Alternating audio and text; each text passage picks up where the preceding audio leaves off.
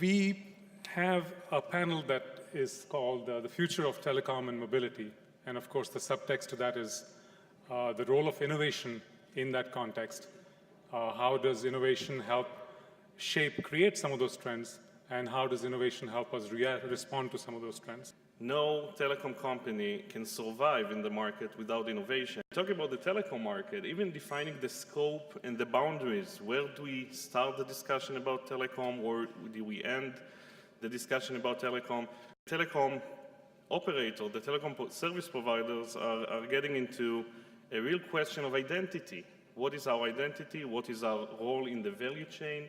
Where should we be involved? Where we should not be involved? This is a real question that are facing telecom providers. So just to mention the basic trends that influence the telecom market. First of all, applications are exploding. As you all probably know, we have now over 250,000 new applications since iPhone was launched. And telecom is becoming more and more like consumer electronics than just the simple telecom domain that we used to see, again, 10 or 20 years ago. We also have a larger and larger impact of the social networks. And when we talk about social network impact, again, we are starting to question who is the owner of the subscriber. Is it the telecom operator, the social network, the application store? Who is really owning the subscriber? Mobile broadband traffic, and I'm talking about mobile, not necessarily Wi-Fi based or WiMAX based, etc., is exploding. And exploding, it's not an overstatement. We talk about a forecast that the growth of the mobile broadband traffic is going to increase by 1,670% from what we've experienced in 2009 to 2012. Now, this is a major scaling challenge.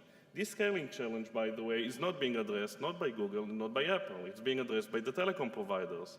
So someone needs to take care of all this mobile traffic that is being generated by us, and someone needs to make sure that it gets to our handsets, to our terminals, in the right quality of service, in the right time, in the right price, I would say, and someone needs to make money out of it. If I can say, the mobile operator, they're a bit disrupted right now because they have seen their market being challenged and attacked from all different angles. They were enjoying, I would say, a nice growth. Most of the countries, I would say, in Europe have reached a very high level of penetration, not far from 100%. In some countries are well above the 100%. But suddenly they have realized that all their investment have basically created a new generation. We call it the native generation. And those people don't have any loyalty. They want everything fast, immediately. They don't want to wait. They don't care it's coming from. We talk a lot about mobile payment. A lot of mobile operators are trying to find solutions.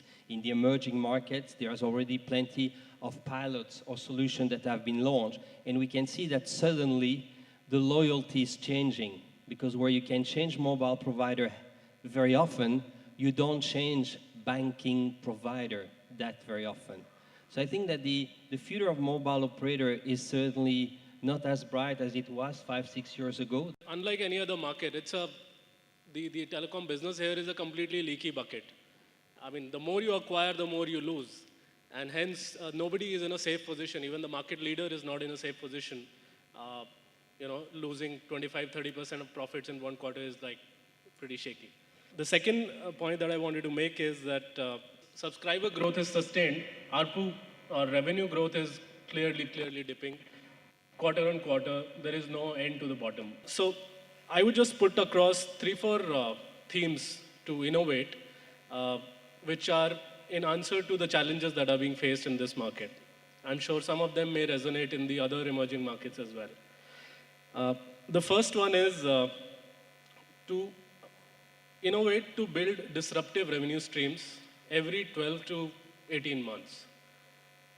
There is no hiding from this fact that if you don't do that, you will die or you will lose market share and revenue share if you don't do that. Secondly, even in the written word market, there is a regionalization, and every few kilometers in India speak different language, use different language.